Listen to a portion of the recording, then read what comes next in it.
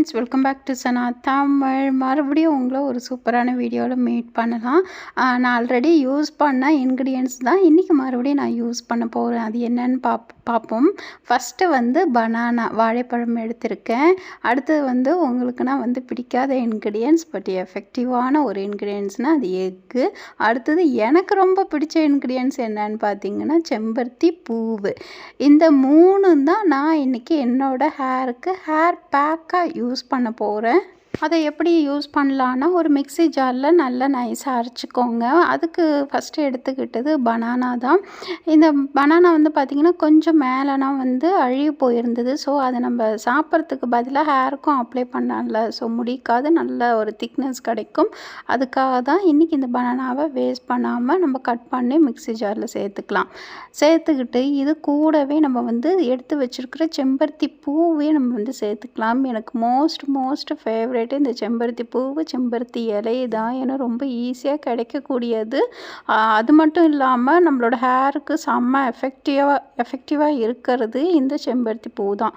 First இது ரெண்டுத்தையுமே சேர்த்து நல்லா நைஸாக அரைச்சிட்டு வந்துடலாம். அதுக்கப்புறம் நம்ம வந்து எக்கு சேர்க்கலாம். ஏன்னா முதல்ல நம்ம வந்து எக்கு சேர்த்துட்டோம்னா நல்லா நைஸாக அரைக்க முடியாது, அந்த ஸ்மெல் இருக்கும். அதனால லாஸ்ட்டாக ஜஸ்ட் ஒரே சுற்றி இந்த நம்ம வந்து எடுத்துட்டோம்னா ரொம்ப ஸ்மெல் இல்லாமல் இருக்கும். பனானாவையும் செம்பருத்தி பூவையும் நல்லா நைஸாக அரைச்சாச்சு. இது கூடவே முழு எக்கையும் நான் சேர்த்துட்டு ஒரே ஒரு சுற்றி நம்ம எடுத்துகிட்டு வந்துடலாம். 3 இன்க்ரீடியன்ஸும் இப்போ நல்லா நைஸாக அரைச்சாச்சு. பார்த்தா உங்களுக்கு தெரியும். இதை அப்படியே ஒரு கிண்ணத்தில் ட்ரான்ஸ்ஃபர் பண்ணிட்டு நம்மளோட ஹேரில் அப்ளை பண்ணிக்கலாம்.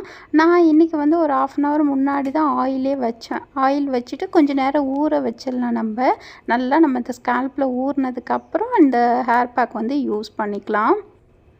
முடி வந்து சிக்கு இல்லாமல் எடுத்துட்டு 2ஆக டிவைட் பண்ணிக்கோங்க. 2ஆக டிவைட் பண்ணிவிட்டு நல்லா இன்னும் அடர்த்தியாக இருந்ததுன்னா 4ஆக டிவைட் பண்ணிக்கோங்க. 4ஆக டிவைட் பண்ணிவிட்டு அதுக்கப்புறம் வந்து இந்த ஹேர் பேக்கை எடுத்து அப்படியே ஒரு ரோடு போடுற மாதிரி போட்டுட்டு அதுக்கப்புறம் 2 ஹேரும் பிரித்து 2 சைடும் எல்லா இடமும் படுற மாதிரி ஈவனாக ஸ்ப்ரெட் பண்ணி விட்டுடுங்க. அவ்வளோதான், ரொம்ப ஈஸி.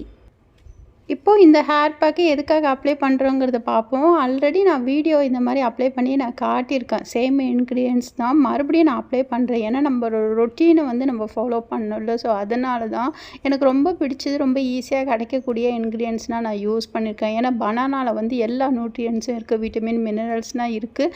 நேச்சுரலாகவே ஷைன் தரக்கூடியது தான் இந்த பனானா. அது மட்டும் இல்லாமல் ஒவ்வொரு முடிக்கும் தேவையான அளவு ஸ்ட்ரென்த்துக்கு தரக்கூடியது தான் இந்த பனானா.